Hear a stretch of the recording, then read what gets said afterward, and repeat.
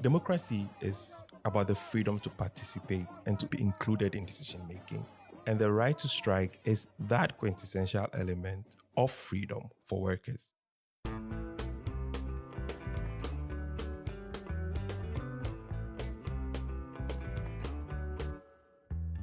Hello and welcome back to Collective Voices, the podcast from the International Trade Union Confederation. I am Stefania Cîrlea, and this is the final episode of our Back to Basics series, where we have been unpacking the fundamental rights that protect workers around the world. Throughout this series, we have explored the foundations of workers' power, from joining a union, organizing, collective bargaining, and protecting workers from forced labor and discrimination. Each episode has shown us how these rights are essential, but also how they are being constantly challenged. And if there is one right that helps ensure all the others, that is the right to strike, today's episode. When all other channels fail, it is the right to withdraw labor, what allows workers to demand change, assert their voice, and push back against injustice. It is what gives real power to all of the other rights. But unlike some of those rights, the right to strike is not absolute. It is often restricted by law, limited by political decisions, or redefined by courts. So today we will unpack all of this, what the right to strike really means, why it matters for democracy at work, and how workers and unions are fighting to protect it. To help us understand this, I am joined by my colleague Paapa Danquah, Director of the Legal and Human and Trade Union Rights Department at the ITUC. Hi Paapa, welcome to the show. Hello, Stefania. It's a pleasure. Thanks for being here. So before we get started, Paapa, can you introduce yourself a little bit and tell us about your work at the ITUC? I am Paapa Danquah. I have worked in the trade union movement for 20 years now. I started in Ghana and now work for the ITUC, as you said, as a Legal and Human and Trade Union Rights Director. Our team supports affiliates to address trade union rights violations and advise them on matters relating to international labor standards, labor rights, including the strategic use of international mechanisms to protect and advance the rights of workers at the national level. That's great. And it is clear that your job really sits at the intersection of rights and law and global solidarity, which is especially important nowadays when a lot of fundamental freedoms are under pressure. It is great to have your insights today. So let's dive right into it. From the beginning, can you explain us what the right to strike really involves? Yes. The right to strike is about being able to say no to working conditions that are unsafe, unfair, or unacceptable. It involves a spectrum of activities, including sit-ins, or work strictly to contractual rules, or ultimately withdrawing your labor. Strikes are usually a response to harmful or unsatisfactory working conditions that might affect an individual, a group of workers, or a wide scope of economic and trade policies that workers consider harmful to their jobs and livelihoods. Strikes help workers to defend their rights and advance their interests. Thank you for that. Would you have some real examples throughout history, but also in the recent years, of how the right to strike has helped unions and workers? Yes. So many of the protections we enjoy as workers were won from strikes. The 8-hour working day, paid holidays, rest periods during work, minimum wages, recognition of trade unions, their very existence and work, collective bargaining, maternity protection, name it. Many of these were not granted on a silver platter. These were based on struggles, including strikes by workers. And if you're interested in the history beyond these gains, you can take a look at the Torpedo Martyrs strike in 1834 in the UK, the Haymarket strikes in Chicago in 1886. This was related to the 8 hours of work, as well as sailors in the 1700s lowering the topsail of ships to stop them from sailing in demand for better pay. There's this anecdote also in Ghana that one of the royals came to Ghana, and at the time in 46, 47, the ship had to be at a point, and then fisherfolk will bring the royals to the coast. And it is an anecdote in Ghana that the fishermen said, "We will not do this. We will not bring the royal to the coast for this meeting if you don't give us better wages for the fish that we catch and for that work as well." So strikes have been then used to demand better conditions since then. Currently, we have the case of Argentina. Since the new far-right government began pushing reforms to undermine workers' rights, unions have exercised their right to strike to stop many regressive measures and pieces of legislation. In Ghana, recently, health workers and civil servants have used strikes to fight for salary increases and better working conditions. In Japan, public employees are taking legal complaints to the ILO to have their right to strike recognized under law. And in the UK, teachers have also exercised their right to strike to demand better working conditions. So this is a right, it's a means, it's a tool that have been exercised by workers time immemorial to advance better conditions of work. Right. Those examples really show how far-reaching the impact of strike action can be, and also how many rights we actually take for granted nowadays, but actually they were not granted at all. They were fought for. Precisely. But I think I have read a lot that the right to strike is also the right that tends to be most challenged just because of this power that it has. And the gains that the workers obtain, they usually come with risks. So I wonder if you can tell us a bit what kind of challenges workers face when they go on strike, and also how unions are supporting and defending them when they go through this process. Indeed, strikes are a matter of last resort for workers. Typically, before workers or trade unions call a strike, they have tried to avoid it by making their complaints known, demands clear to management over a long period, or by using social dialogue mechanisms like collective bargaining frameworks and so on. After all this have failed, workers either spontaneously or by following established legal processes call a strike and remove themselves from the workplace to address the situation.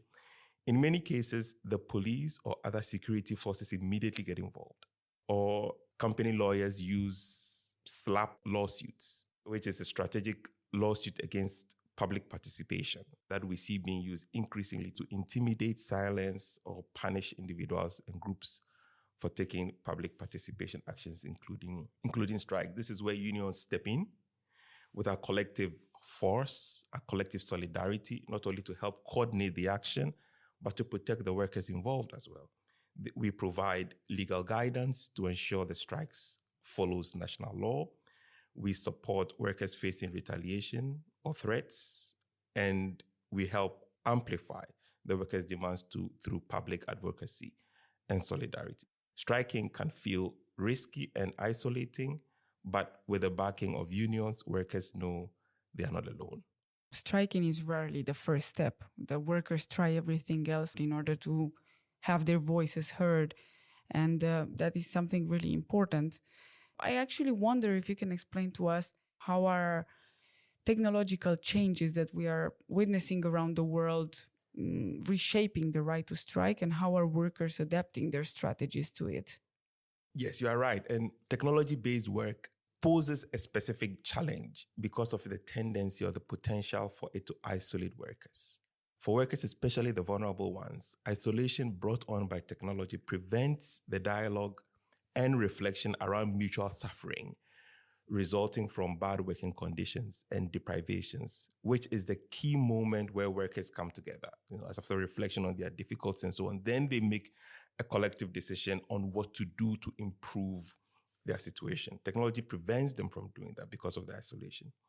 Also, the intense competition that results from the algorithms deciding which worker gets which job leads to a rush to satisfy their bread and butter issues and can increase isolation instead of the opportunity to organize.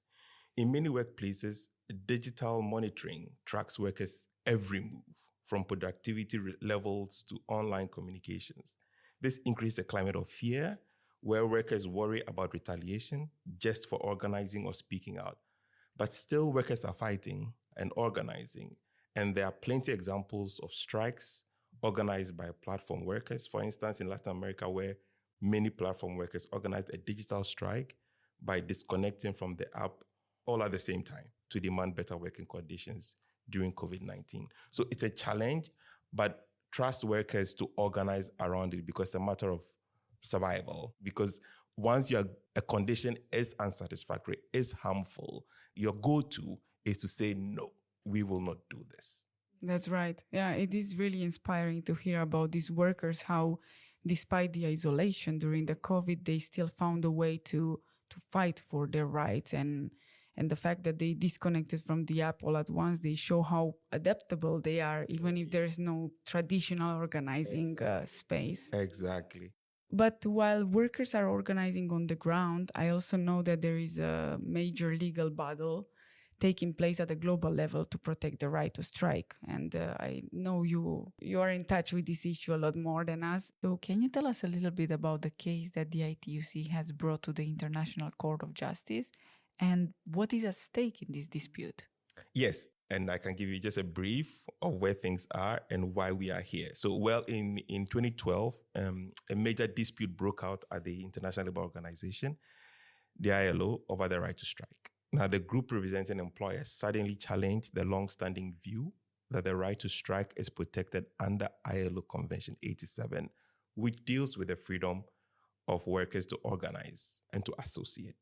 This was surprising because for decades, including up until early 1990s, employers, governments, and workers' groups in the ILO had supported the idea that the right to strike was part of Convention 87. The employers' repeated challenges on this issue since 2012 was effectively undermining legal certainty on the protection of the right to strike under the convention. And the ITUC organized itself to say, no, we need to take an action on this. The only place that could bring a decisive determination of the issue was the International Court of Justice. This is the World Court. So in November 2023, the ILO, upon the request by the ITUC through the workers' group, formally referred the dispute to the court. This is a historic move. It's the first time in almost 100 years that the ILO has asked the ICJ for an advisory opinion. The outcome of this case could have major consequences for workers. I mean, this is a fundamental question to the court of whether the right to strike is protected under international law. It is clear that it is an extremely important situation and case, and it shows that what we have been talking through the episode, that the right to strike is not just another issue on the table. It is the backbone of all workers' ability to fight for what they deserve. And without it, there is no real leverage, no way to demand fair wages or push for safer conditions. So I look forward to hearing more about it. So to close this conversation and this series, I want to bring it all back to that central idea of democracy. So can you tell us, how does the right to strike guarantee democracy in the workplace, and what can our listeners do to defend and support this right? Democracy is about the freedom to participate and to be included in decision-making.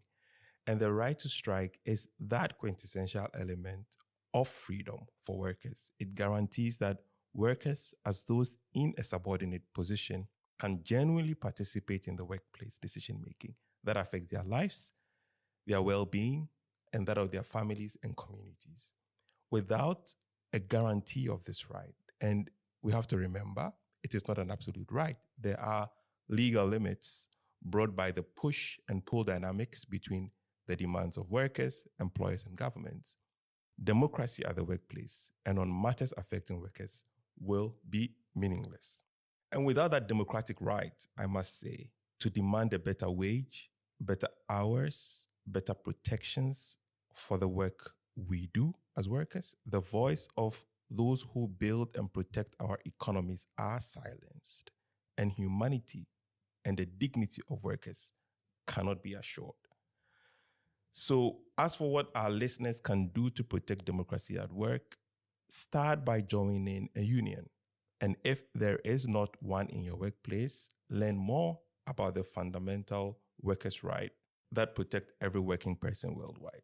These rights are what workers and their unions fight to have applied in each national context. By working with an existing union or setting one up with colleagues, we can make sure that democracy in the workplace and therefore in society is reinforced and expanded. Thank you, Paapa. What you've just said, it brings it all together so clearly. The right to strike is a foundation for participation, fairness, and dignity at work. And when that right is taken away, it's not just workers who lose. Democracy itself becomes weaker. Thank you so much for being here today and for your insights. It's been a pleasure. I didn't know I could do this, so thanks. Thank you. And to our listeners, thank you for being with us today. This marks the final installment of the first series of Collective Voices, Back to Basics. Throughout the series, we've seen that fundamental workers' rights like the right to strike, organize, bargain collectively, and work in safety and be free from discrimination or forced labor don't exist in isolation. They are all deeply connected, and they only truly matter when they are protected, defended, and made real in everyday work and life. And that is what unions do. They turn rights on paper into rights in practice. So as Paapa has said, whether it's by joining a union, standing with your colleagues, or simply learning about your rights as you have done with this podcast, every step helps strengthen democracy in the workplace and beyond. I really hope that Back to Basics has shown you just how essential workers' rights are and how powerful collective action can be. If you like this episode and this series, please subscribe, share it, and keep the conversation going, because democracy starts with all of us.